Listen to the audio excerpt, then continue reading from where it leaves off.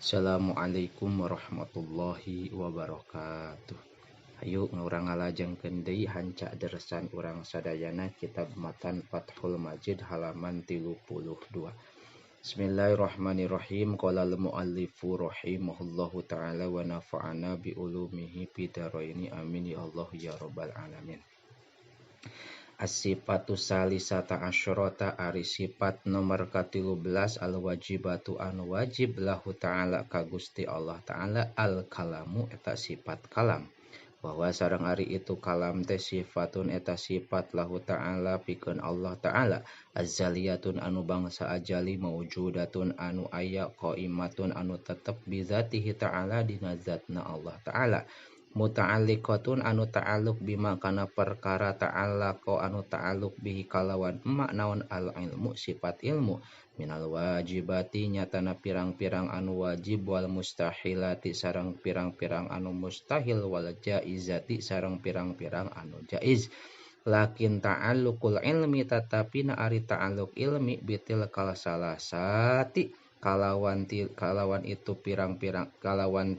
itu anu tilu ta'alluqu inkisyafin eta ta'alluq inkisyaf bimakna anna tilkal salasata bimakna anna tilka salasati kalawan makna sayaktosna itu anu tilu teh munkasyifatun eta anu terbuka lahu ta'ala ka Gusti Allah ta'ala bi ilmihi kalawan ilmuna Allah wa ta'alluqul kalami sareng ari ta'alluq kena sifat kalam biha kalawan itu salasah ta'alluqu dilalatin eta ta'alluq dilalah bimakna annahu kalawan makna sayaktosna kalakuan sareng tingkah lau kusyifa eta lamun dibuka naon al hijabu hijab wasami'na sareng nguping urang sadayana sifat al kalami kana sifat kalam al qaimati anu tetep bizatihi ta'ala dina zatna Allah ta'ala la pahimna tang tu bakal paham urang sadayana min hatina itu sifat al wajibati kana pirang-pirang anu wajib wal mustahilati sareng kana pirang-pirang anu mustahil wal jaizati sareng kana pirang-pirang anu jaiz. Fal wajibatu mangka ari pirang-pirang anu wajib kazatihi eta saperti zatna Allah wa sifatihi sareng pirang-pirang sifatna Allah ta'ala mahaluhur Allah wa makna ta'alluqihi sareng ari makna ta'alluqna kalam bizatihi dina zatna Allah ta'ala annahu eta sayaktosna kalam yusbitu eta netepkeun itu kalam da laha pikeun dat al kamalu anu sampurna wayun pisare ngaleungitkeun itu kalam anha tina dat annaqso kana kakurangan. Qala ta'ala ngadawu Allah ta'ala wallahu sareng ari Allah bikulli syai'in kana tiap-tiap perkara alimun eta anu maha uninga laisa henteu aya kamitslihi eta pantarna Allah naon syai'un hiji perkara bahwa sareng ari Allah as-sami'u eta anu ngadangu al-basyiru tur anu maha ningali wa makna ta'alluqihi sareng ari makna ta'alluqna kalam bil mustahilati kana pirang-pirang anu mustahil annahu eta sayaktosna kalam yukhayyiru eta milih-milih itu kalam yukhbiruhu eta ngawartosan itu kalam binafiha kana eueuhna mustahilat wazalika sareng ari itu ikhbar kasohibati eta saperti anu ngareujeungan wal waladi sareng budak qala ta'ala ngadawu Allah ta'ala walam takun sareng teu aya lahu eta tetep ka Gusti Allah saha sohibatun anu ngareujeungan ai jaujatun tegesna pamajikan wa qala ta'ala sareng ngadawu Allah ta'ala subhanahu maha suci Allah ayyakuna kana yen aya lahu eta tetep ka Gusti Allah saha waladun budak wa qala ta'ala sareng ngadawu Allah ta'ala walam yakun sareng teu aya lahu eta tetep ka Gusti Allah naon saha syarikun anu ngareujeungan fil mulki dina ngarajaan wa makna ta'alluqihi sareng ari makna ta'alluqna kalam bil jaizati kana pirang-pirang anu jaiz annahu eta sayaktosna kalam yukhbiru eta ngawartosan itu kalam bi annahu kana sayaktosna Allah qadirun eta anu kawasa ala ijadiha kana ngayakeunana jaizat wa idamiha sareng ngeuweuhkeunana jaizat masalan umpamana qala ta'ala ngadau Allah ta'ala innallaha sayaktosna Gusti Allah ala kulli syai'in kana satiap-tiap perkara teh qadirun eta anu kawasa.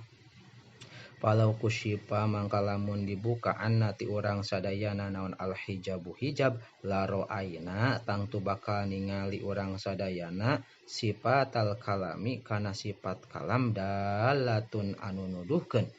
alatil kal aksa misal salasati kana itu pirang-pirang bagian anu tilu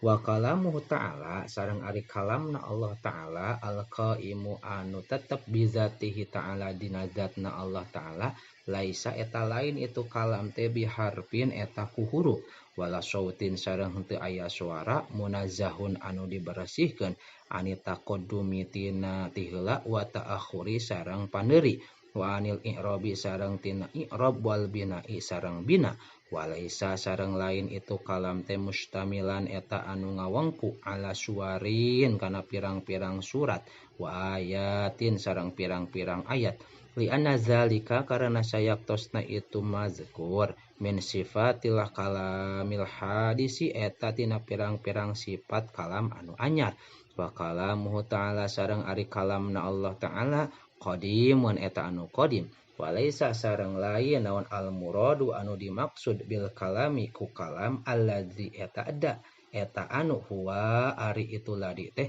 sifatun eta sifat lahu ta'ala ka Gusti Allah ta'ala qaimatun anu tetep bizatihi ta'ala dina zatna Gusti Allah ta'ala naon